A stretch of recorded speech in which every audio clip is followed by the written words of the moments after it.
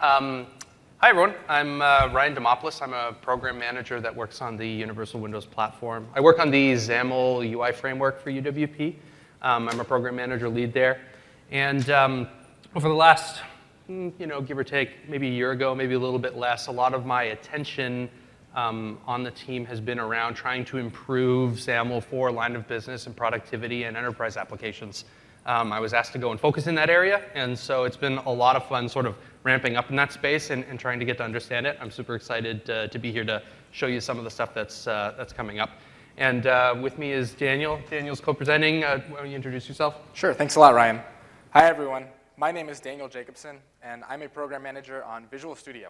And for the last almost 4 years or so, I've been exclusively working on tools for Windows developers, from UWP developers to the XAML design surface, everything from project creation to creating application packages to distribute in the store or otherwise. And I've really been focused on making Windows developers the most productive client developers. And I'm really excited to share with you some of the things that are coming soon.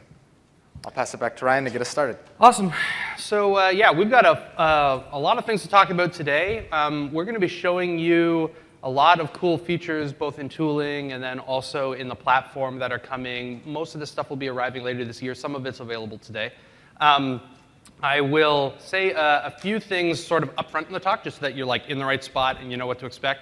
The first thing is that everything we're going to cover is going to be UWP specific. Now, because it's UWP, you can go and use this stuff through UWP's XAML islands in like a Win32 application, but we're not going to be covering Win32 specifically. These are UWP capabilities, and this talk is about building line of business applications in UWP. So there's lots of cool stuff that we've done, and we're going to spend our time there. This is also going to be a fairly tool and coding heavy talk. I think I have like 2 slides, like actual content slides, and I think Daniel, I don't know how many you have, maybe 4 or 5 or maybe so. 4 or 5. So we're going to be spending our time outside of PowerPoint. We're going to be in Visual Studio, and we'll be playing around with tools and stuff. So, and I mean, it's like almost the end of the conference, so I'm assuming you guys like really want to go and see code and see features. So we're happy to show them to you. And last thing I'll mention is all of this. Yeah, I got some thumbs up. The last thing is this is some serious pre-release software. Like the build of Windows is from Thursday. A lot of the APIs came in on Friday. I was literally debugging some of this stuff like over the weekend at like 11 o'clock at night with a developer who was on a plane to his vacation. So we have cobbled something together here. It's very, very fresh, and it will be an absolute miracle if we make it through without having to go and restart something. So, but it's awesome. You guys get to be the first people to go and see some of this stuff. And even some members of our team haven't seen some of these features actually live in action. So it'll be really cool stuff. So just before we get into the code, there is an application that I want to go and show you to start things off. The application is called the Inventory application. It is by a fictional company called Van Arsdale. And Van Arsdale is kind of like Northwind or Contoso. It's a company that we have sort of invented to just kind of like put ourselves in the mindset of like, what would this company need to go and create? What kind of line of business software might they need to go and make? And Van Arsdale's sort of premise is they make like nicely designed sort of high-end furnishings for home and for the office.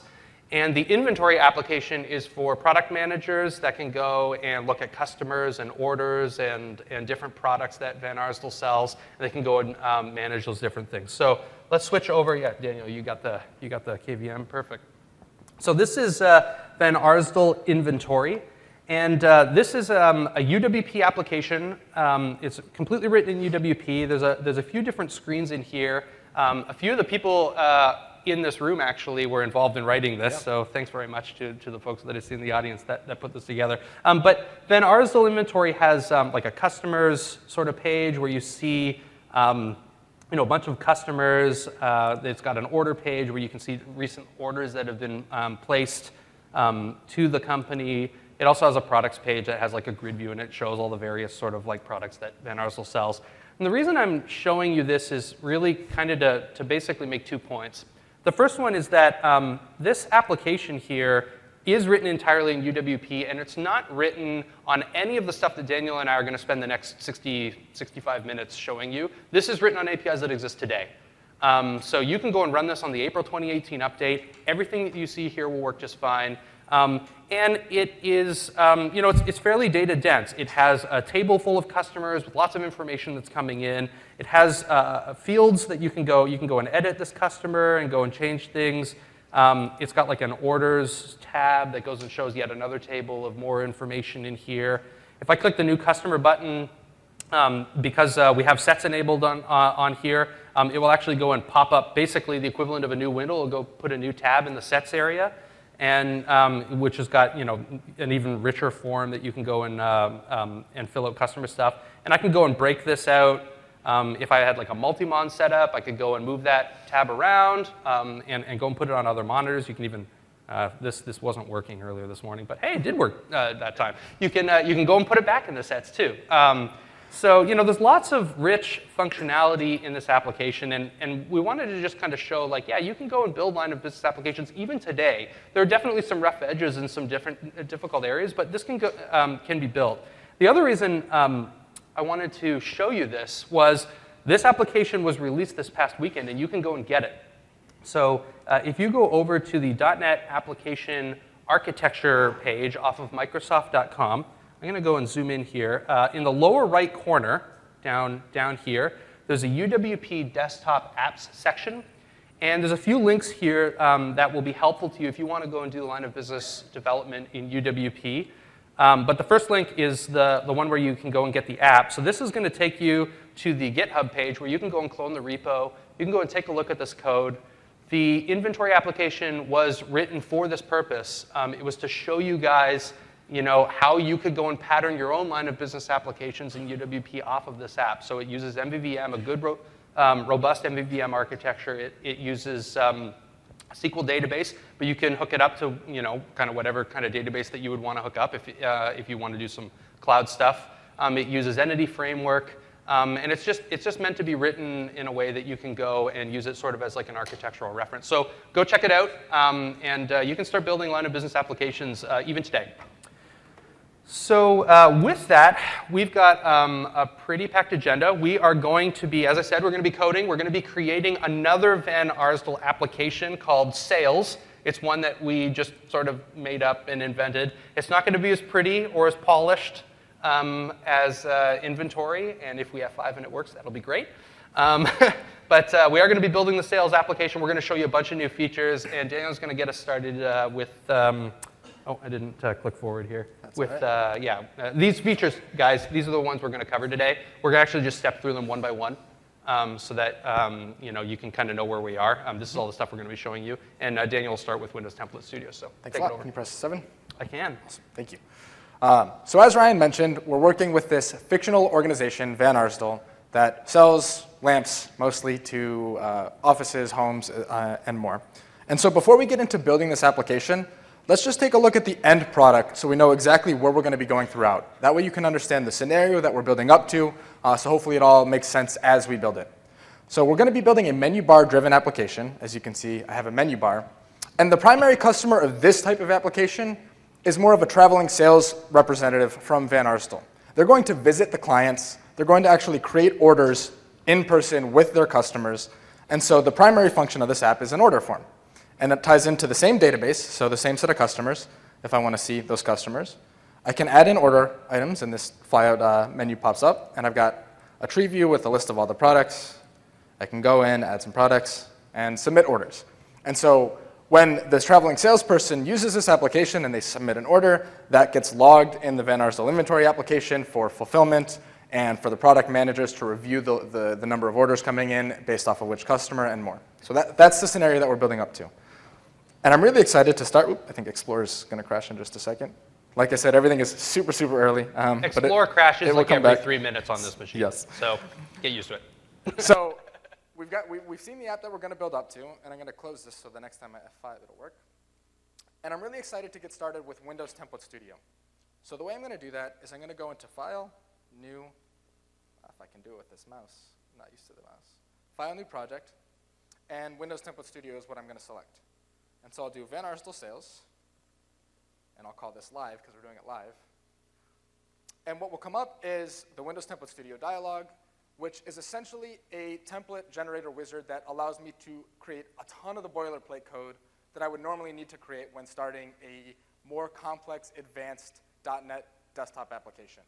And I'm really excited to do this demo because I actually was with Clint in the back, who is one of the founders of Windows Template Studio, when we announced it last year at Build. So it's really fun to come back here and talk about some improvements that are coming. So the first thing that I want to point out is that menu bar is a brand new project type and not released yet. This is super early preview that we're going to be able to bring to you later this year in the fall because of a technology called WinUI. So can we go back to the slides just for a second? Yep. This first demo is kind of 2 demos in one because there's a really cool talking point. So I'll skip forward to the Windows UI library. You may have seen this at the keynote, but this is essentially the future of how we're going to start shipping platform controls for Universal Windows Platform developers. And the biggest takeaway and the biggest point here is that we're shipping the controls available down level to the anniversary update of Windows 10. We recognize many of our customers, especially working in large enterprises, cannot update to the latest version of Windows 10 immediately. A lot of times you're 3 months delayed, 6 months delayed, a year delayed from being able to take advantage of those latest updates.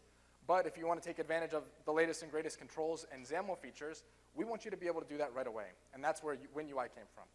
And so some of the things that will be coming in Windows UI later this year is UI density resources, fluent materials and animations, and a whole bunch of controls that have been released in the platform already, some of them, and some of them are new. But not all of them go back to the anniversary update of Windows 10. For example, the tree view control just came out recently, and we're actually adding more features to it in Windows UI library and a whole bunch of other stuff. So if we go back into Visual Studio, we'll continue building this application.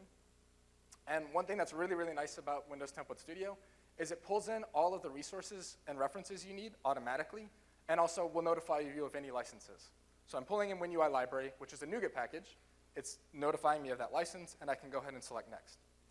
Now, since this is really early, we only have one design pattern implemented for the menu bar project type, but when we ship this in the fall, we'll have MVVM Lite, basic MVVM, Caliburn Micro, Prism, and all these other design patterns, which will essentially scaffold your solution to include your view models, your views, everything you need, as well as best coding practices, and a bunch of helper classes and services, such as like an iNotify property change interface implemented for you, so you don't have to go ahead and do that over and over and over again for all of your client apps. You can go in and add as many pages as you'd like. We're keeping our application simple. We really have a settings page and a create new order page. You can rename the pages on the fly. And then you can go add features. So one of the demos we'll do at the end is with the Visual Studio App Center. And so to save me some time for that demo, I'm going to select that feature. Now, just to save time, because we have so much we want to show you, I'm not actually going to create the project because I already have it created. And I will skip ahead to that exact same project that we've already made. So here I have the solution that's generated by Windows Template Studio. Nothing has really changed here. This is just the menu bar project type that it would build. It gives you the 3 views. The menu page is essentially the shell that hosts the content when you navigate through the menu bar. The order page is the one that we're going to create that customer-driven order form, and then the settings page where they put in some generic settings. And so let's take a look at the menu page and F5 this application just so we can start looking at the XAML. So here you can see the menu bar control is defined from the Windows UI library with the appropriate namespace prefix already defined for you, with a couple of different menu flyout items in the File menu and the Views menu. And so we have File Settings, File Exit, and then View Order Page. And we're going to change this slightly in just a moment to add a few new features that are really valuable, especially in a productive enterprise-grade application. The one thing that I almost always use is keyboard shortcuts. So if you just think about Visual Studio is a great canonical example of a menu bar-driven application where I'm sure many of you use keyboard shortcuts to do most of the things that you're comfortable with in Visual Studio. This isn't yet hooked up for that, so here I can see it's a fairly basic application that it gets me started with, but it does a lot of the work behind the scenes to get all of the services running. So I've got theme resourcing by default. I can go ahead back to default. I can navigate to an order page. It gets all of that navigation boilerplate code ready to go so that when I replace the content of my menu page, it just works. And it really saves me hours and hours of code just to get started. So let's go in and update my menu bar control just a little bit. And I'm going to go ahead and paste a snippet just to change things up. So the first thing I'm doing is I'm actually moving the Create New Order menu bar item into the File menu because that's the primary purpose of this application. Think about Visual Studio. You go to File, New Project. It's not in Views, New Project, right? And you can customize that however you want after you get your application started. In addition, I added the file access keys as well as keyboard accelerators so that I can do all of my keyboard shortcuts. And so the control by default, if I press Alt, I can see the file access key. And this is all default in UWP. I can see my keyboard shortcuts. I can do everything from the keyboard really, really fast. And not only that, so I do this centered around productivity because that's what I value, but this is also really important for accessibility. So not only is my app more productive for the power users of my organization, now I've also solved accessibility problems because everything can be done directly through the keyboard. So now we're going to head back to the slides for just a second and move on to the next demo, which is .NET Standard. So a lot of this isn't brand new stuff, but it's becoming increasingly valuable as Windows evolves. With the Windows 10 Fall Creators Update, we implemented .NET Standard 2.0 for Universal Windows Platform.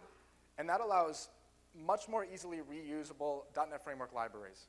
So can we go back to Visual Studio? Mm-hmm. And so what that means for this application is we're working in an enterprise that already has a history of .NET assets that I don't want to recreate.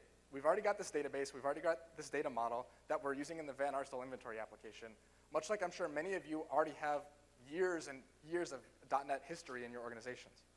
So what I want to do is I just want to add in my existing data project. I don't want to have to rebuild that. So that's what I'll do. I'm going to add an existing project to the solution.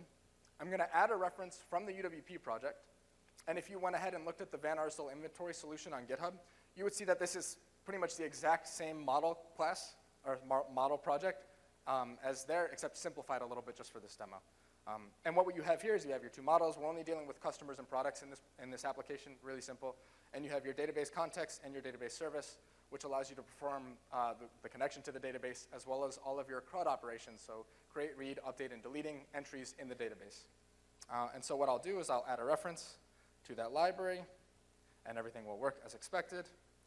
And let me show you that this is indeed a .NET Standard 2.0 class library. I'll build it, and everything will work. And we'll go back to the slides just a moment to talk about the value of .NET Standard. So with .NET Standard 2.0 in the Windows 10 Fall Creators Update, we implemented an additional about 20,000 APIs that can be shared across any .NET platform that implements that version of .NET Standard, including Windows 10 on the Fall Creators Update. The other thing that's really beneficial about this huge API increase is it makes it so much easier to migrate your existing .NET Framework libraries, portable class libraries, whatever you may have, to .NET Standard to be more easily consumed across all of your different .NET applications. One of the things that we also added was a compatibility shim layer for existing .NET Framework libraries. So say you reference a NuGet package that doesn't actually do anything that isn't outside of .NET Standard and you want to consume it, you can do that in a UWP project at your own risk. Things may break a little bit, but so long as you test it, it should work. So some examples of the top-level namespaces available in .NET Standard 2.0 that actually greatly expanded with .NET Standard 2 are listed here, but you can get a lot more information at aka.ms/netstandard. We've also been investing in some tooling to help you migrate existing .NET assets forward. So pretty much take your existing data model classes, whatever you have, move to .NET Standard. When you build UWP apps or any .NET application, it could be ASP.NET Core, you name it, it's really easy to reuse that code, which is really valuable. It essentially doubles the value of your investments in .NET in your organization, which is really important. So I'm going to pass it back to Ryan as he starts talking about UI density, and I'm going to get the app ready behind the scenes for the next demo. Awesome. So you guys may have seen some of this. It was mentioned in Kevin Gallo's keynote, but when we're talking about UI density, we're talking about how much stuff can fit on the screen, exactly what it sounds like. How much stuff can fit on the screen. And this can be especially important for line of business and enterprise applications because you guys deal with a lot of information and data. Even in the Van Arsdale inventory application that we saw, there were tables of stuff, tables of customers that we were trying to show a lot of information. There was a big customer form. And getting the right level of density in your user interface can mean the difference between your users only seeing, say, 5 or 6 or 7 rows and being able to see more rows on the table, or having to scroll in order to do basic things like entering new customers. And so we know, and we've gotten lots of feedback, and have even felt this feedback ourselves in building our own UWP applications at the company, our first-party ones, that the default sizing and spacing of UWP UI is generous. It's pretty generous. There's a lot of white space between the controls. The controls themselves are a little bit big. The text point size that's used is a little bit on the big side. We've heard that feedback, and we've got a couple things coming later on this year that are going to go and help out with this. The first thing is that if you're running an application, a UWP application, on the release of Windows that's coming later on this year, by default, when you're running on that version, you will get the new Microsoft standard size. So we're just going to go and shrink things down a little bit. We're going to go and make less space between the controls, make the controls a little bit smaller, decrease the point size a little bit. We've done a lot of testing to try and get the sizing right on this, but it's going to allow for a little bit more space to be shown, and you're going to get, roughly a third extra UI for the same amount of given space in your application. However, even this level of spacing might not be enough for some line of business and enterprise applications, and we recognize that. And so for those of you that need even more density or even more density hungry, we're going to have an opt-in size called compact size. And compact size, you'll be able to opt in with a single line of markup, and you'll be able to go and scrunch things down even further so that you can get 50% or more UI on the screen. And this compact size begins to approach the kind of sizing that you might see in a traditional Windows 32 application. It's pretty dense. You can fit a lot of information in there. The good news is it also still works well for touch, for mouse, for keyboard, and for ink. And part of the reason that we can do this in a way that maybe we couldn't have done in Win32 in the past is we've got good touch targeting in UWP. So we can, you can touch this stuff pretty well and go and use it if that's part of your scenario, if you've got like mobility scenarios and you want to go and infuse that into your line of business application. So I'm going to do a demo now to show you that single line of markup to go and opt into compact sizing and just show you how easy it'll be. This will just be super quick. While I was talking here, Daniel was furiously coding away, and he created an entire new page with a customer form in this application. Let's give Daniel a round of applause. If I go into create new order, there's now a form in here. And the form is actually functional. He's really good. And if I go and type this, I know it's a little slow. I've got all these customers, all the data bindings hooked up, so I can go and click a customer and hook it in. And Abigail's information shows up up here in the corner. So we've got this form, but you can see that it takes up a fair bit of room. So let's go and opt into compact sizing. We know that we want to go and add more UI to this application throughout the session. Let's get this form scrunched down. So I'm going to stop the running of this here. I'm going to do this at the app.xaml level. So I'm basically going to opt in compact sizing all throughout the XAML tree, all throughout the application. You can go and do this on specific pages if you want to, but I'm just going to do the whole thing. And this is it. This is the magic. Now, this isn't the actual final line of code that you will eventually write because compact sizing is going to ship in the Windows UI library, but we haven't integrated it yet because it's just too early. And so right now, compact sizing literally just exists as a resource dictionary in this application. It will still ship as a resource dictionary, but it's going to be part of the WinUI library. So you'll just reference the Windows UI library when you're going to go and use this. And just with that, I can compile and run this application. You're going to see everything in the application shrink down. So you can see the menu bar gets smaller, the menu bar items get smaller. I'll go and show you the drop-down in the auto-suggest box for searching for customers. You can see it all here.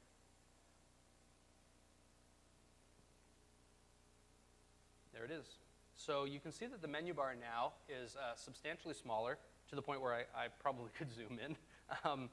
If I drop down the menu bar items here, you can also see that all the items are scrunched down. That just allows me to fit more things in this menu bar. And actually, we've bumped up the fonts even a little bit in Visual Studio. But this is actually, if we had the default font size in Visual Studio, it's actually identical. The menu bar is exactly as tall as it is in Visual Studio. And if I go into this new order page here, you can see that the text boxes have gotten smaller. They've scrunched up a little bit. If I go and search for Abigail again, it will bring up a smaller set of rows in the auto-suggest box.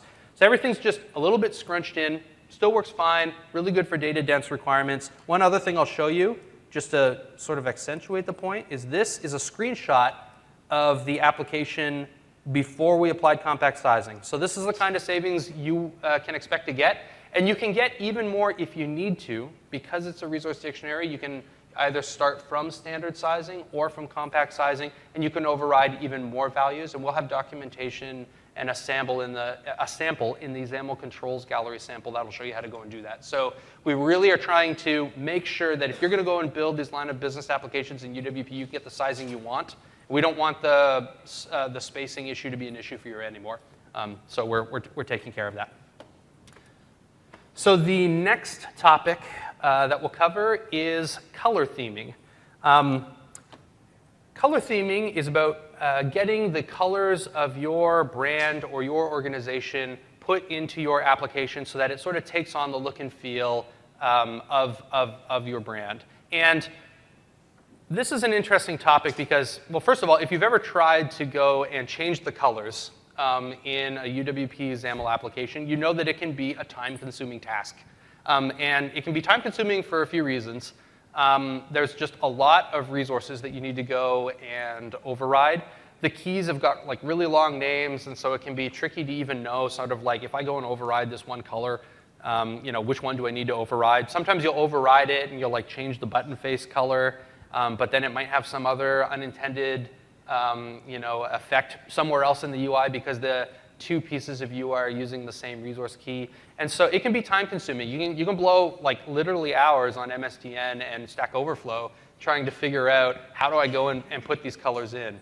And what ends up happening in a line of business and enterprise context is you just don't do it because you're busy people. You have a limited amount of time to go and write your applications. You got something else that you got to go and get to. You're juggling a lot of things. And so we want to lower that barrier substantially so that you can do that extra little bit of detail and go and get your organization's colors in your application. I'm going to go and show you a tool that's coming out later this year. It's been shown in some of the other talks, but we're actually going to go and use the tool in actually F5. And I'm going to show you how, probably in 60 seconds, you can go and put all the colors that you want into your application. So this is pre-release tool. You can tell it's pre-release because its title is... Oh, that's not the right one. Thank you. That's Van Arsdale. That's not pre-release. That's been released. This is the pre-release tool. It's called Color Demo.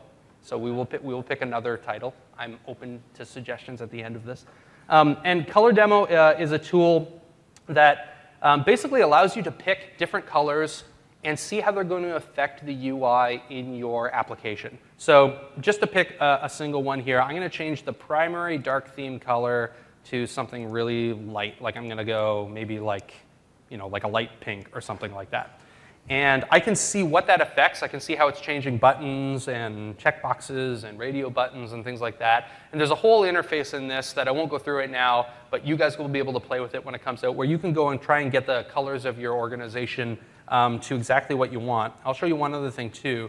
Another aspect of this tool is that it will also warn you if you pick colors that aren't a good fit. So I picked a terrible color here, and I did that on purpose, because the tool is telling me, hey, there's a contrast ratio problem here, and low vision accessibility users might not do well with the colors that you picked. So you might want to go and rethink that.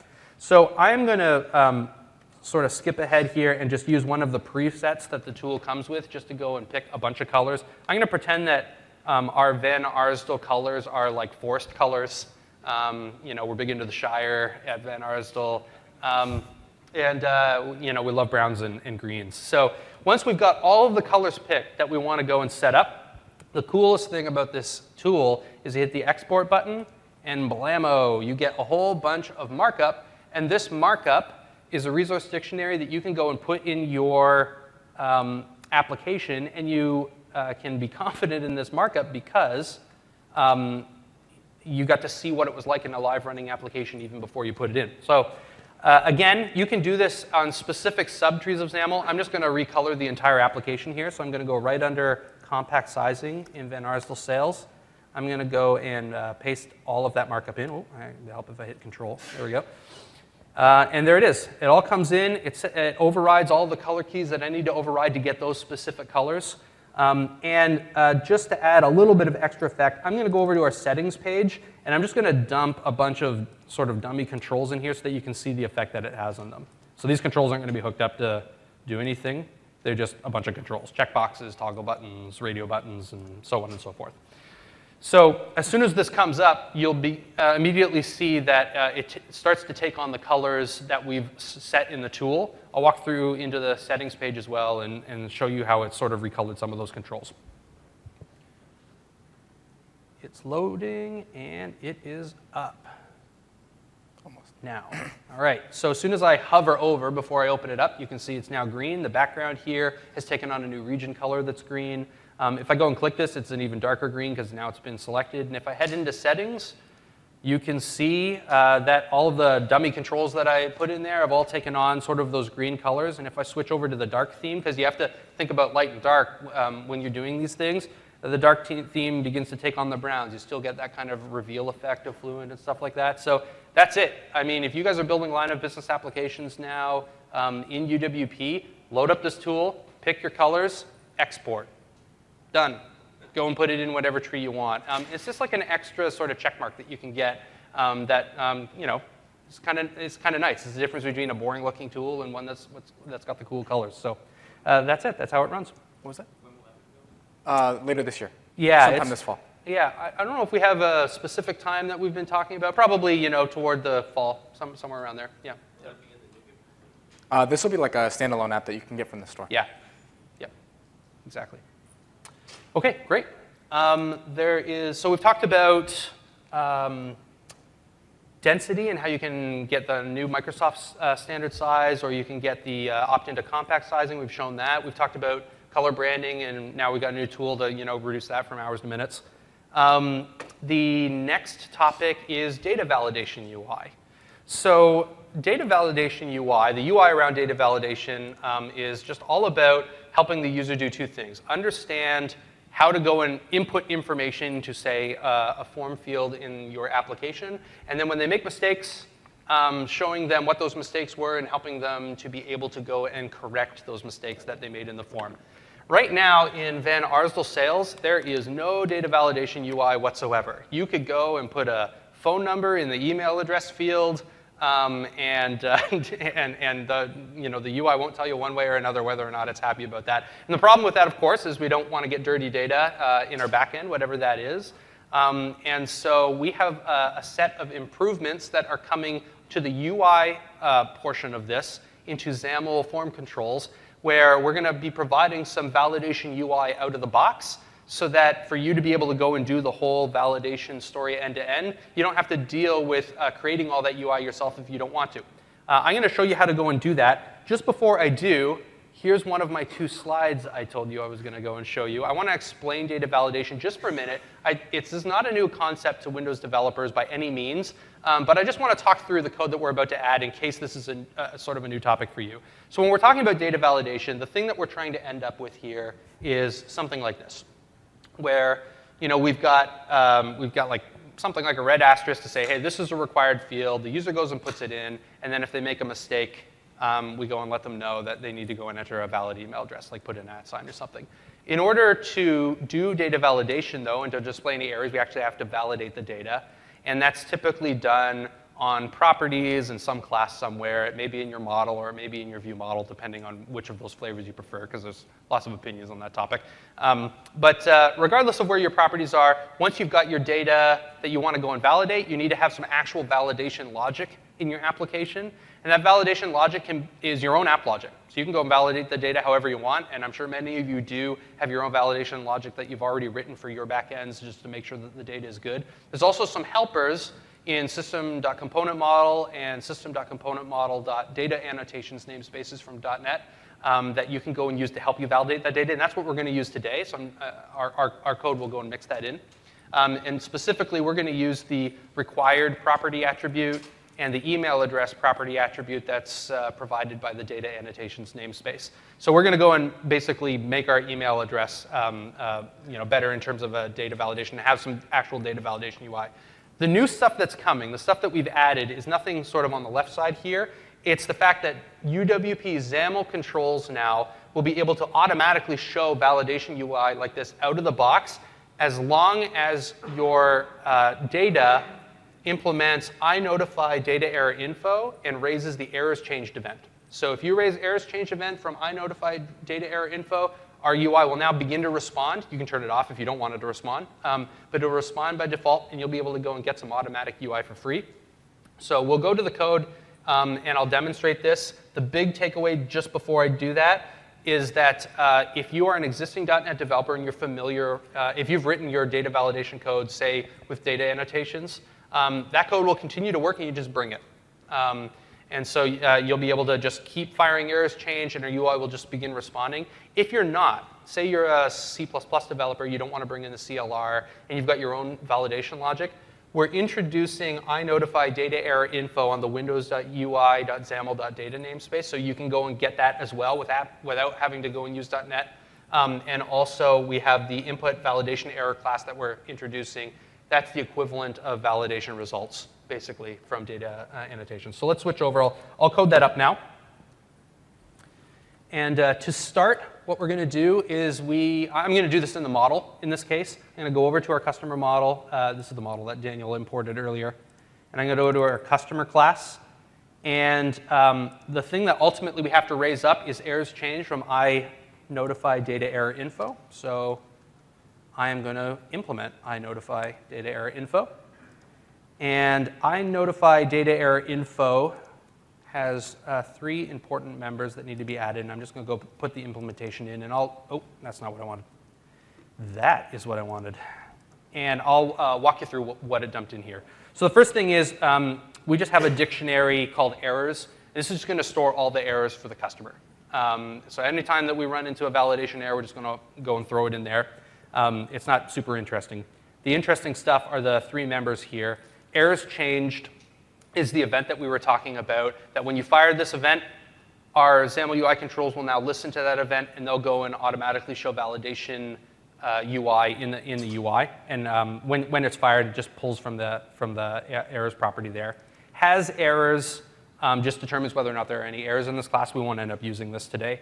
And get errors is what XAML will use to go and enumerate through the different errors, because there can be more than one error on a specific field. Like an email address could be missing an @ sign, and it could also be too long or something like that.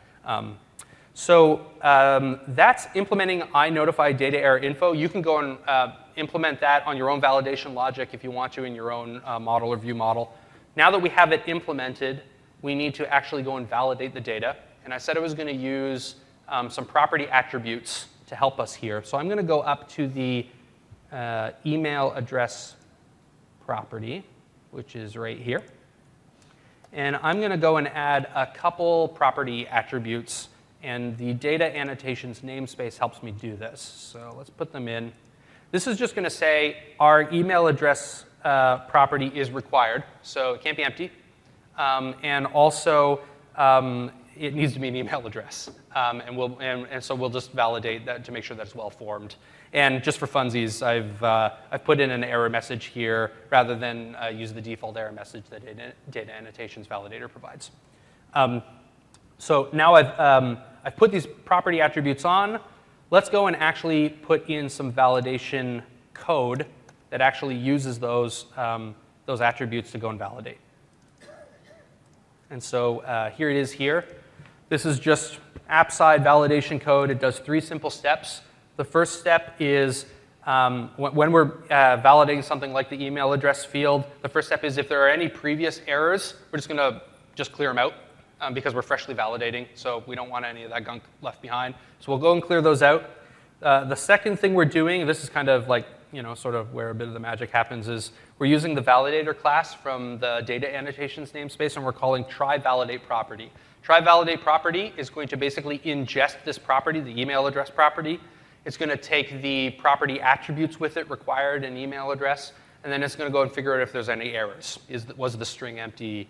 Was the information properly formed? And if any results come back out of that, if the count is greater than 0, then we are going to go and add those errors to the errors dictionary. And the important part, we're going to raise errors changed. And when errors changed is raised, that's what will signal to the UI that you need to go and show the validation UI. So the only other thing we need to do is actually run this validation logic. And we'll run it every single time the email address property is set. So we already have two-way data binding hooked up through xbind here. So I'm just going to go up to the set. I've got like a set helper, basically. Pretty common thing. Windows Template Studio gives you this one. Yeah, exactly. Yeah. And I'm just going to go in here. Actually, I'll just type it manually. Let's see. We got validate. And we've got field and, let's see, property name, I think is what. Yes. Yep, that's it. Perfect. Great. And so every single time that email address is filled in, we are going to validate it. We're going to go and see if any errors happened. If there were, we'll fire errors changed. And then, of course, we'll raise property changed as well, just so that the data binding updates itself. So what we're going to see here is I'm going to enter some bad values into the email address field, and we'll see some of the out-of-box UI show up. But the really interesting thing here that you may not have noticed immediately is that all of this code was written in customer.cs, which is in our data model, which has no UWP dependency whatsoever. So you're going to see these UWP XAML controls listening to code that could have been written ages ago. This is not UWP-specific stuff. So if I go in here, I go into the email address field, and I'm just going to type a bad email address. Let's try this, bad email address. And I hit tab. You're going to notice that some UI showed up. This is not especially fluent UI because this is very early pre-release software, so we'll change the visuals. But you can notice that something popped up, a little exclamation point. This was the dude who was on the plane that was helping me debug. He was helping me debug this. And if I hover over this, you can see that a little error message shows up, which is our custom error message that we set in the model. And so this is UWP XAML controls reacting to the errors changed event popping up. And the cool thing is, I'm assuming at least some folks, if not many folks in the room who've done .NET development have written that and used data annotations before. You can bring that code, just hook it up to the controls, and it'll work. So it's kind of cool that way. Now, I'm going to complete this scenario, and there's 3 extra things that I want to show you. First of all, the compact sort of like show the little exclamation mark UI. That's just one of 2 different types of out-of-the-box validation UI that you can go and opt into. So the nice thing about the compact one is if you've got a really big form and you're trying to save space, compact mode will not affect your layout. So we actually shrink down the text box a little bit when we show it. But it doesn't actually affect the layout of any other controls around. And so it's really great for like really dense forms. But there's another mode that you can opt into with a single property that will allow you to go and show those validation errors as text directly underneath the text field here. And sometimes that can be a little bit nicer because then the user doesn't like have to go like over the exclamation point. So I'll show you how to go and do that. We also haven't added a little red asterisk to say that the email address field is required. And so I'll go and add that. That's like really trivial. And then the last thing I'll do is I'm going to put in a custom template for the validation UI that shows up, just to show that you're not stuck with the out-of-box UI that we created. You can go and put your own UI in if you want. So I'll go and do that right now. And these will just take a second. Our email address field is in orderpage.xaml. This was the amazing XAML that Daniel typed earlier on, in 30 seconds. And I'm going to go find our email address field. There it is. And so let's get rid of this header here. And I'm going to go and create one that has an asterisk in it. So I'll format this in a second here. Yeah, here we go. So I'm going to use one of my favorite hotkeys in Visual Studio, Control-K, Control-F, and that will go and make everything look nice again, because I frequently have to go and do that. So we've now got a new header. It's very simple. We have the email address part of it, and then also this asterisk. It's going to use a new resource, which is another one of those really long named brushes, system control error text foreground brush. And that'll give you a red that actually works pretty well on both the light and the dark theme. So that gets rid of that. The next thing we were going to do is we're going to switch from the compact mode to what's called inline mode, and that's the one that puts the text underneath. To do that, we're going to use a new property that is available called visual kind, and we're going to set that to inline. So that's going to move the UI underneath the box. And the third thing we were going to do here is we're going to create a customization on what that UI looks like. So I'm going to put this in page.resources. I'm going to put another template in here for it. And the template is right there. So I'm calling this template validation template. I'm going to hook the email address field up to it in just 1 second. Inside it, it has an items control, and the reason it has an items control is because there could be more than one error reported, and so you want to be able to go and show multiple errors if the user's made a number of mistakes.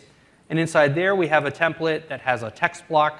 That text block is going to bind to the error message that is being reported back from the model, and it is also going to change the text to blue. I'm going to go courier new. Let's go old school, and I'm going to make it bold. And so the only thing that I need to do is I need to use that template.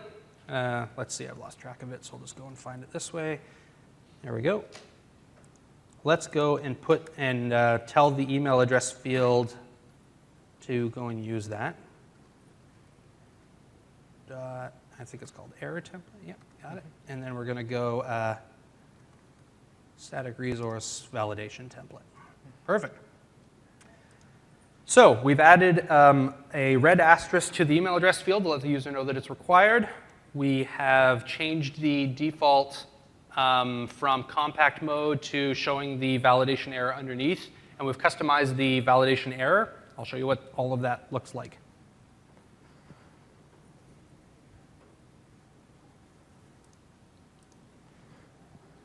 Perfect. So if I go in here and let's say just don't enter anything at all, I hit tab, I now get inline validation right there. And you don't have to go and write any of that template at all. This would just be red if I didn't write the template. But if you want to go and do styling for your own brand or whatever, then you can go and provide that custom template. I will take questions, but I'll take them at the end. So please remember. Real quick, the country was underneath. It looked like the movement overwrite the country. Sorry, say that again? It'll move the UI elements down.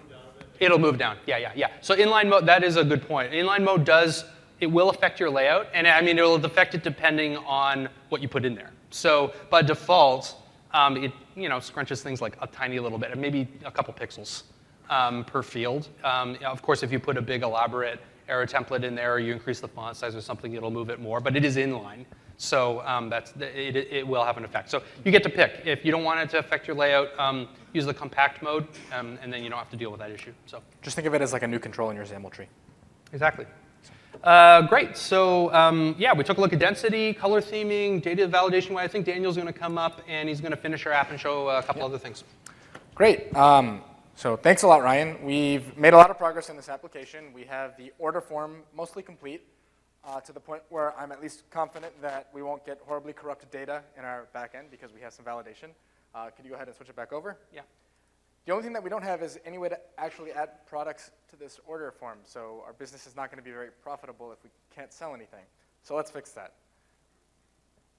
So I'm going to go ahead and add in a new view that we're going to talk about after I add a button to navigate to it. So we're going to call it product page. And the one demo that I was really hoping to get up and running today that the code didn't come in quite early enough, like we said, everything is super early, was windowing. So we're actually going to be using a content dialog control just to show what I would want this to look like in the future. But later this fall, you'll have windowing available, and we'll go through exactly what form that's going to take. So before we get into navigating to that page, let's add a button towards the very bottom. That lets me get there. So button, I'll call it product button. I'm going to give it a margin similar to the stack panel beneath it so that it lines up nice to it. I'll give it a top margin so it's not immediately next to it. I'll give it some content to add products, and I will give it a click event handler. And because I'm using a content dialog, the way that I would actually show the content dialog is asynchronously. So I'm going to make my click event handler async, and I'm going to create an instance of that class, product page. One of my other favorite C# features is suggested names equals new product page, and then await product page dot show async. Excellent. So I'm going to open the XAML and start the app. And as this app builds, let me show you what this product page content dialog form takes. So I've got two rows. The layout is effectively two rows. The top row is the majority of the content, and the bottom row is two buttons, submit and cancel. In the top row, I've got side-by-side layout. And I'm not using the split view. I'm effectively doing master detail. But I'm using a stack panel because I don't need the left side to ever change view. I'm using a tree view control that's always going to have a constant width.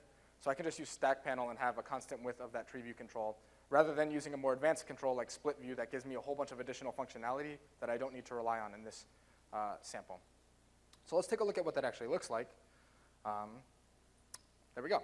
So I've got my collection, and you can see all of the theming that Ryan already provided with the color demo automatically applies here. It looks really nice. I've got the great borders and the backgrounds that match my forest theme. I can open up my tree view and navigate through all the lamps. And with that compact density, I can fit quite a bit of information, even in this relatively small content dialog control. So, and just scroll through all of them. One of the other new features that we're adding as well is an is-editable property to the existing combo box control. So this is a great example. The way the combo box is populated is a whole bunch of recommended values that are like the most common order quantities, but if I wanted to override that with a number, I can do that. But let's just pick 5, submit. Great, I added products to a form that has no way of displaying that information. So now we gotta go ahead and fix that too. One thing I wanna call out, so the tree view control actually came out in the April 2018 update of Windows that just released, but I'm actually using the version from the Windows UI library because they're continuing to add functionality.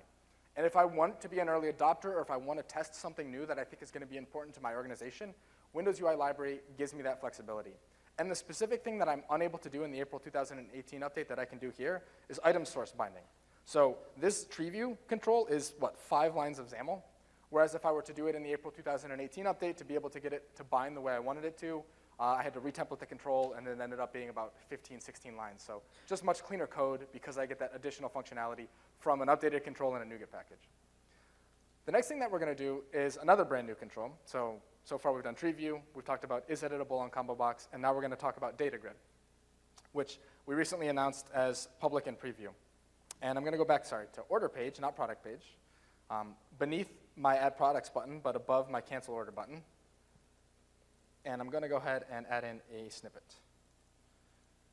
And so I'm going to get a bunch of squigglies because I'm missing a resource. But first, I'm going to use my Control-KF feature to format the XAML just to make it look prettier. Nice keyboard shortcut. And my other relatively new feature that came to the XAML language service, Control dot for missing namespace prefixes in XAML. So similar to what you have in C#, if you're missing a using statement, now if you are like copying and pasting XAML or from another project, or maybe a coworker's helping you and it's not compiling for some reason, you can try Control dot and pull in that missing namespace.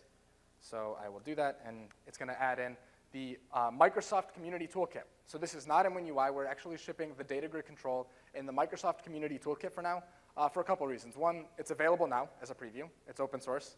We can iterate more rapidly with the community input. And let me F5 this while I'm talking. And so effectively what we really recognize is to land a productive and powerful enterprise platform, an incredibly rich and powerful data grid control is really essential. And so we want to work with the community and work with our partners to make sure we get this right. Eventually, you'll probably see something come into the platform, but until we feel that it's incredibly powerful and productive, we're shipping it really fast through NuGet.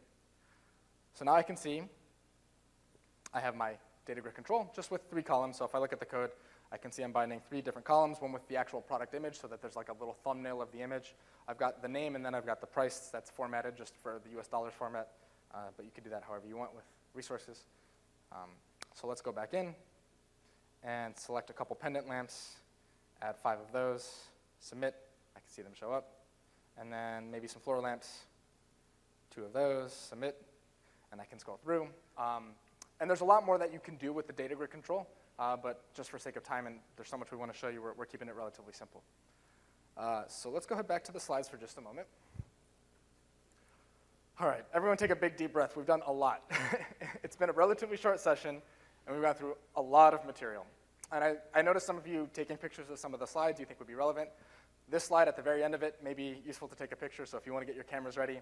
We're just going to recap everything we've done so far. We still have more content to come, but we've gone through a lot fairly quickly, and I want to make sure you can take away all the information that's relevant to you for your organization.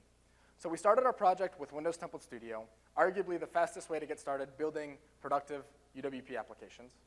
We continued by adding in our Windows UI library NuGet package to add the menu bar control because it will ship down level, so Windows Template Studio was able to implement that already.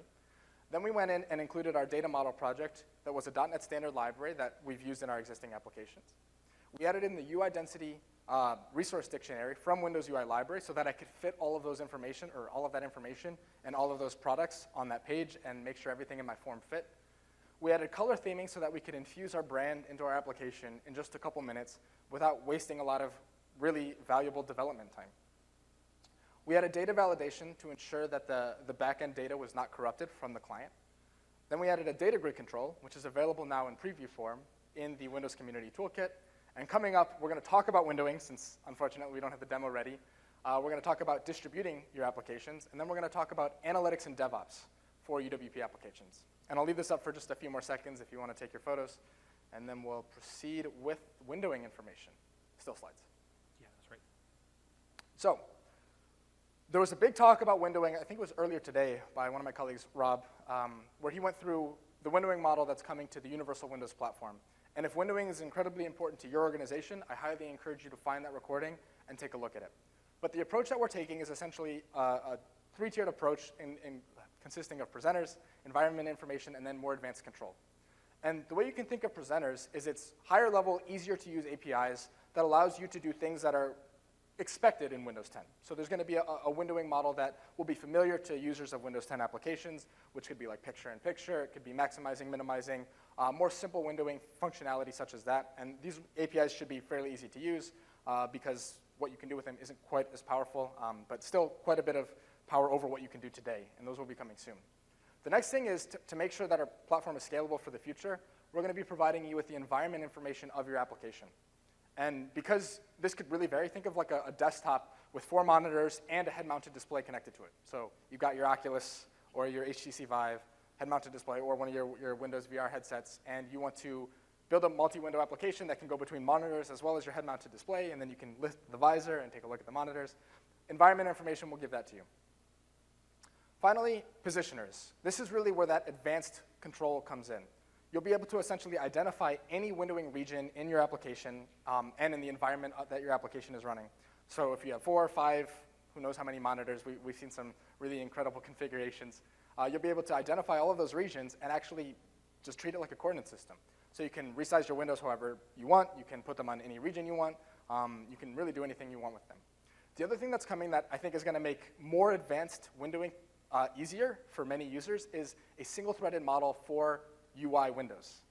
And just take a simple scenario. You have 2 windows, the one we actually just did right now. Let's say we are binding the order page window to a collection that we're adding to, and then the data grid is also bound to that same collection. If I'm trying to access that collection information from both windows and they were on separate threads, it gets a lot more challenging because I have to make sure that every time one of them is updating, it's notifying the other UI thread to update. Otherwise, I get into a crash, and it's a lot harder to do. By having everything UI-related on the single thread for simple scenarios, that problem goes away. I can have multiple windows. They're operating on the same thread. When one collection updates on one window, the other one updates automatically on the other window, and there's no problems.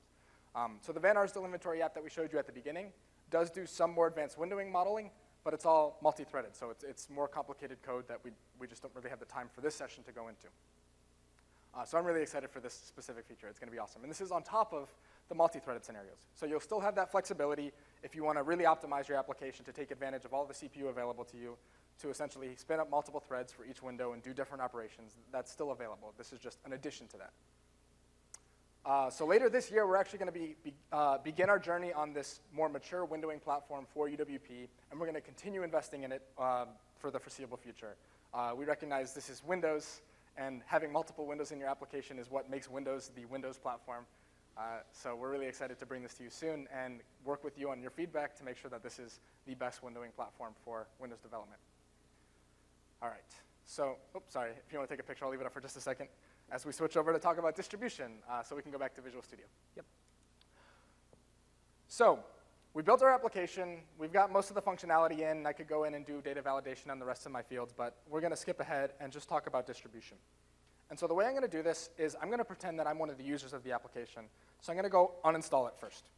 I don't want the application from my development bits. This isn't an actual package. This is F5'd from Visual Studio.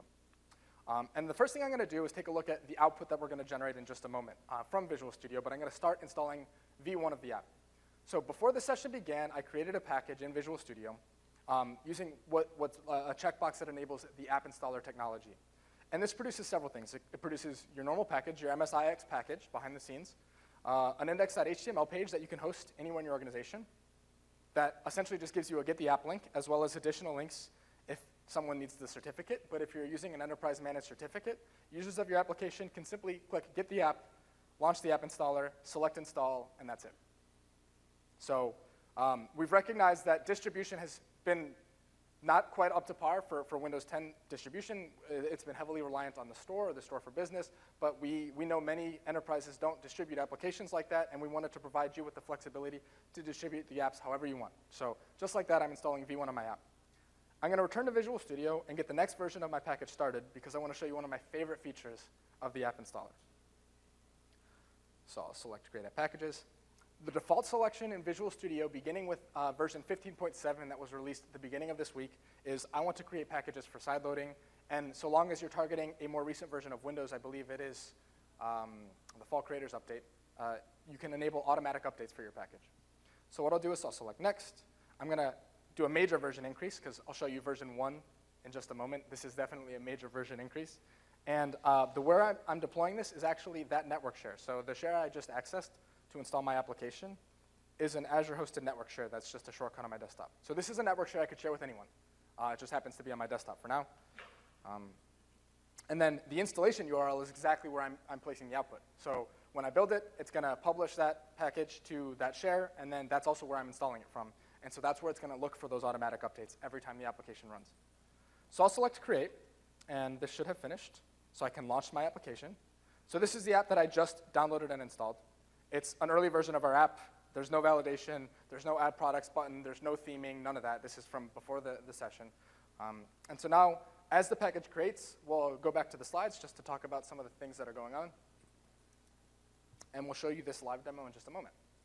So the app installer technology gives you differential updates behind the scenes. So the update will literally take 2 to 3 seconds. It's really incredible, and it'll do it behind the scenes. So this application, let's take it as an example. Some of our traveling sales representatives are meeting with a customer. They launched the Van Arsdale sales application, and they're using Click Once technology. They get a notification to update their application, and the customer's like, why aren't you prepared for this meeting? Like, why didn't you get this update? And they didn't know that. The update was published 10 minutes ago, so how are they supposed to really prepare for that? Well, with background updates for non-essential updates, you can effectively only update it behind the scenes. So they can still launch and run the application. Then the next time they close it, it'll update automatically. You can also schedule it for an update every hour, so it can check every hour, every 2 hours, however you want it to do. So it'll just go behind the scenes, so it never interrupts the use of that application. In addition, we will have support for user-prompted updates. If there's some security vulnerability or a change in your data model that will essentially break the app because you're communicating with a database that doesn't support the data model in the client, you can force an update using user-prompted updates coming later this fall. Behind the scenes is the MSIX package technology, which I'm sure you've heard quite a bit about at this conference. So I'm not going to go into all the details, but there's a lot of sessions on MSIX and why it's really going to streamline your application deployment. Now, if we go back to Visual Studio, my package creation was successful. So I'm going to go back to that share just to take a look. And I can see I now have version 2 of this package. The index.html page was updated, as well as the app installer file. But I'm not going to go to the index.html page anymore. That's first-time acquisition of this application. And that's something you could host on your own network shares to make it really easy to share your apps. Instead, what I'm going to do is I'm going to run the app that I've already installed one more time. And then I'm going to close it and wait a few seconds. If any of you wants to time me, feel free. So here I have the app. Close it. Let's wait 5 seconds or so. And let's run it again. Just like that, you already see the new theme. You see the compact resourcing. I can make this bigger and start creating my order. Everything is there. My data grid, everything we've done in this session is now there just because I created a package and deployed it to the same location, just like that. So we're really excited to bring this to you. And this is also available today. So with the April 2018 update and Visual Studio version 2017 version 15.7, you can do all this right now. So not only that, but if you're using the Windows Application Packaging Project to package your existing Win32.NET desktop applications, you can use this for that as well. It's really powerful. So now we're going to go back to the slides for another second. So we've talked about distributing your application for end users of your application. What about pre-release beta testers, developers, and your DevOps flow? Well, what I want to show you is how easy it is to get set up with DevOps with the Visual Studio App Center, and also get telemetry and insights integrated into your modern application, just to learn how your application is being used, track custom events, and more. So let's go back to Visual Studio. The first thing I'm going to do is uninstall the application. If you try to F5 an application that is already installed on the machine, you'll get a prompt to uninstall it. But this build of Windows was having an issue with that, so I'm going to uninstall it manually. Gotta love pre-release software. It's awesome. No, it's been really, really fun. So far, this has been going really well. Actually, we've really made it pretty far. The fact that everything has worked as expected is like awesome. So I want to. Editable combo box, I think, was like the highest risk of loss, and we made it through that. Yes. So what I'm going to do is navigate to my appcenter.ms page. This is essentially the hub for App Center. You can create multiple applications, but I've already got one created. So this experience is really fast. You just select UWP. I've already got my Builds 2018 app. And this gives you all the steps you need to integrate App Center into your application. But the good news is App Center did almost all of this for me. Or sorry, Windows Template Studio did almost all of this for me. But I forget where they put that code in my project. So another thing that I really love about Windows Template Studio is that when they don't completely do something for you,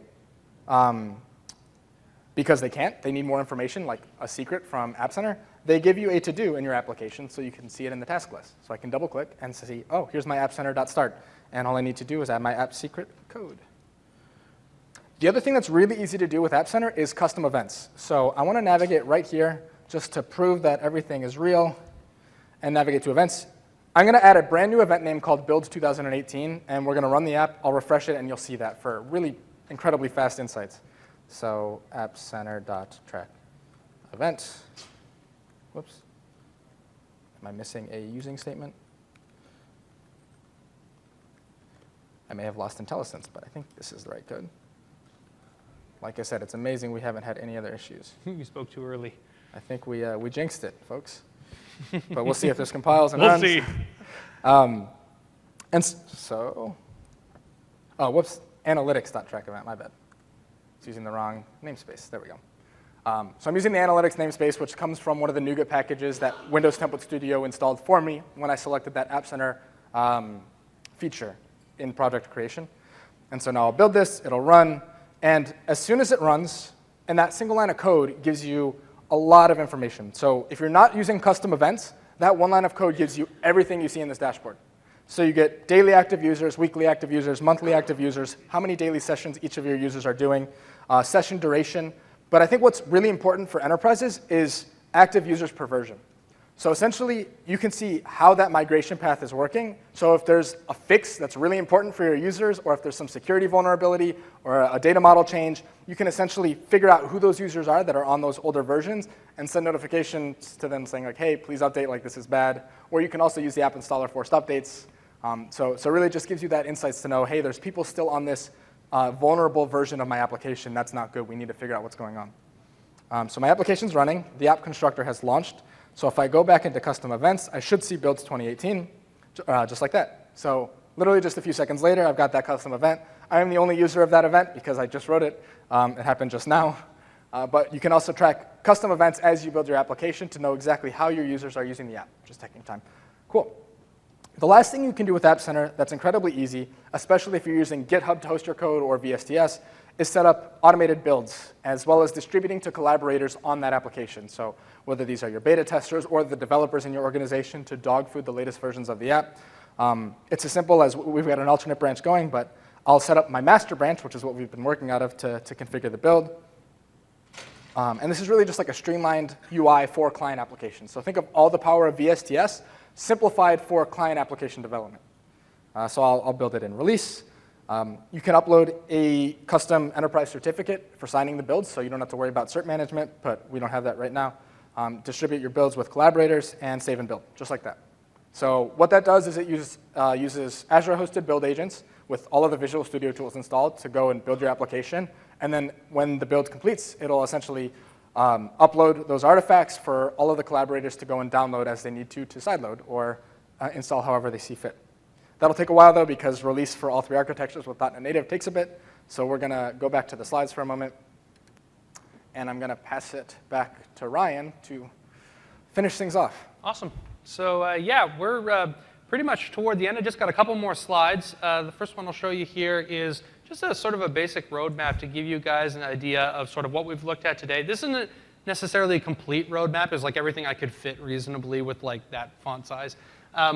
But you know, the big takeaway here, I guess, or maybe I'll just point out a few specific ones. You know, the Van Arsdale inventory application that we started things off with, you can go and download that. There's a link in here. You'll be able to go and get these slides, by the way, afterward. You can go and download all these slides. So just giving you guys a heads up, we're going to post them. We've got a data grid that's out, which is really exciting. It's in pre-release right now. You guys can go and make use of that. Windows Template Studio, obviously, is an awesome way to go and get your application started. But there's all kinds of stuff that's available now, a lot of things that we showed that are coming in 2018. I did very careful calculations and determined that 6 exclamation marks was how many exclamation marks we needed on Windows UI library. It's an extremely exciting thing, even for us, to be able to go and deliver platform features and controls to in-market versions of Windows 10. This is a big deal for us, and we're really thrilled to be able to go and say that. You guys can go and make use of these now without having to be on the blistering edge, which can be just really, really hard for enterprise and line of business, and we understand that. And the last thing I'll say is, on the investigating sort of box, that really means investigating. It doesn't mean I'm promising all of these features, but we are looking at stuff. We'd like to take a look at building a real form control, a tabs control. The ribbon is a big topic for us that we want to go and talk about. This is where you guys can provide feedback. You can help engage with us. You can talk to us after the talk, because we want to make sure that we're building the features that are really useful and will be used for line of business type applications. So the other thing I'll do is I'll point to a bunch of related sessions, all of which have happened. But you can, all these sessions are recorded, and I'm going to point out 2 specific ones that might be interesting if you didn't already catch them. Yesterday, Mike Harsh had a talk in the morning just after the keynote on modernizing desktop apps on Windows 10. It was very well attended, but if you didn't get to that one, you should definitely go and check out the video. He covers a bunch of stuff, including the UWP XAML Islands technology for bringing all the great features that you saw today into a Win32 application. So go check that one out. And then Robert Carmen had the talk on windowing earlier on this morning. And we wanted to show a lot of the windowing demo stuff, but you can go and see even more information on that from him. So the last really thing that I want to say here is if there's one takeaway that I hope you guys got from this, is that we're really investing to try and make UWP great for enterprise, line of business, productivity type applications. We're bringing a lot of new features. We're trying to get them out as quick as we can because we know you guys really want to go and use them. And this is a big focus area for us, and we're really excited to be doing it. So we're really thrilled on that. So Cool. Thank you so much. We'll Yeah, stick around thanks. for some questions.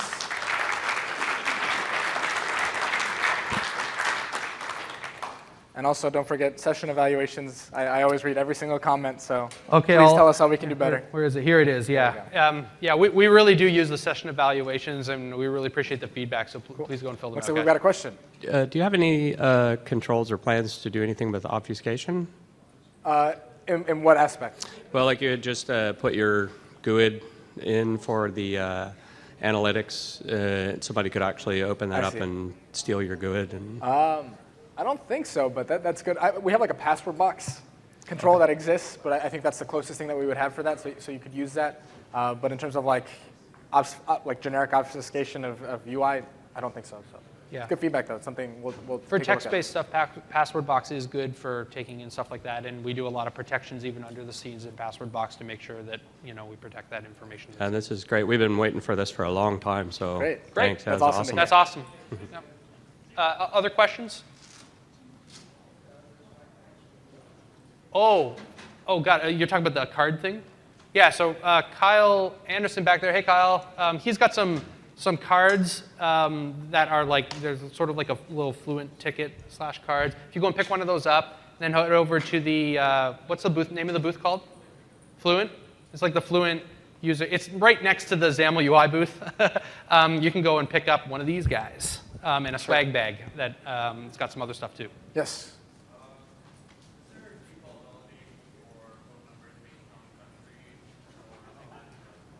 The question is there a default validation for phone numbers, especially regarding to like different countries and things like that? I think so. I know that Not there, certain. so with the, sorry.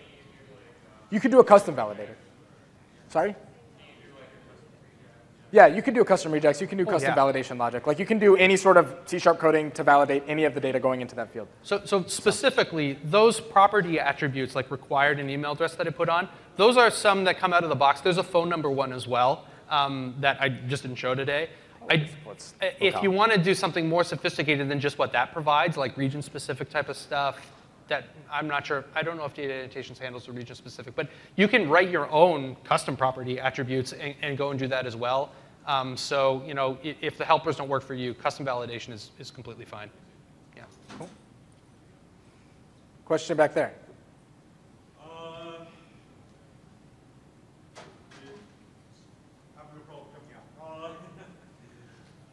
Okay, so is there going to be any method to actually, maybe I missed something from the validate function, but is there any way to actually clarify, like, this is only invalid, or it's a field that only is required if this checkbox is checked?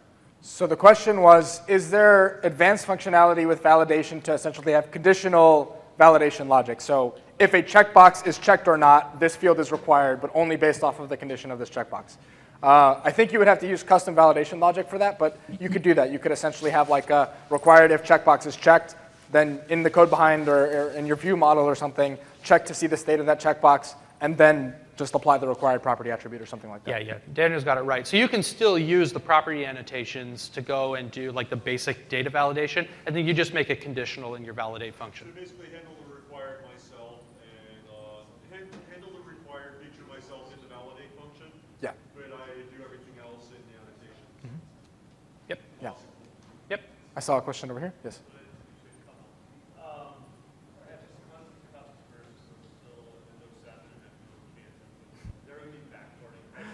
So the question is, will there be any backporting from Windows 10 to Windows 7? All of this stuff will be Windows 10 only. However, we've heard this feedback loud and clear, and that's where a lot of the .NET Core 3 desktop tooling stuff is coming in. So a lot of that may be Windows 10 only as well, but it gives you a path to manage your existing Windows 7 assets and essentially work for Windows 10 only stuff while still providing a Windows 7 solution.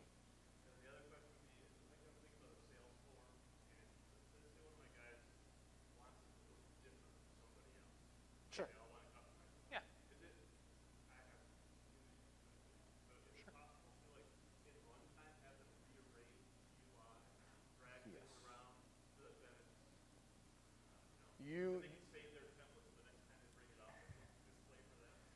You could do that, yes. I actually I think the Van Arsdale inventory application kind of does a little bit of this. It's not like rearranging UI per se, but it's like popping windows out and changing things in code behind. So it should give you like a high-level overview of how you would manage XAML positioning and styling in code behind. So yes, possible, definitely. And I mean, there is a lot of code, like on Stack Overflow, if you search for how to work with XAML classes and XAML objects in code behind. So there's like, it's not hard to go and find that stuff too. So the good news is, if you do want to go and do like a bunch of runtime, even like tree operations to remove controls from the tree and put them in other spots and stuff, there's lots of examples for you to be able to go and do that, which is great. Mm-hmm.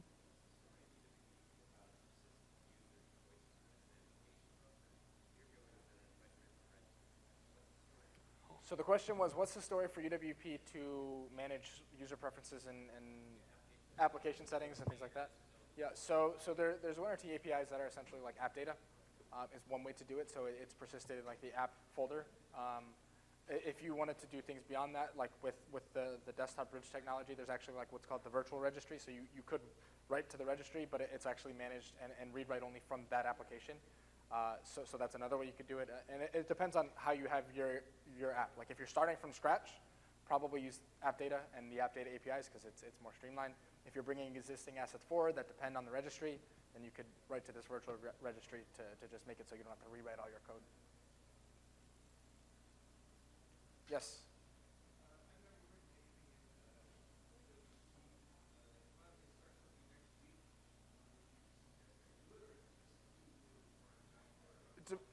What kind of scenario? I mean, like, that's always the question, right? Something internal. What does it need to accomplish?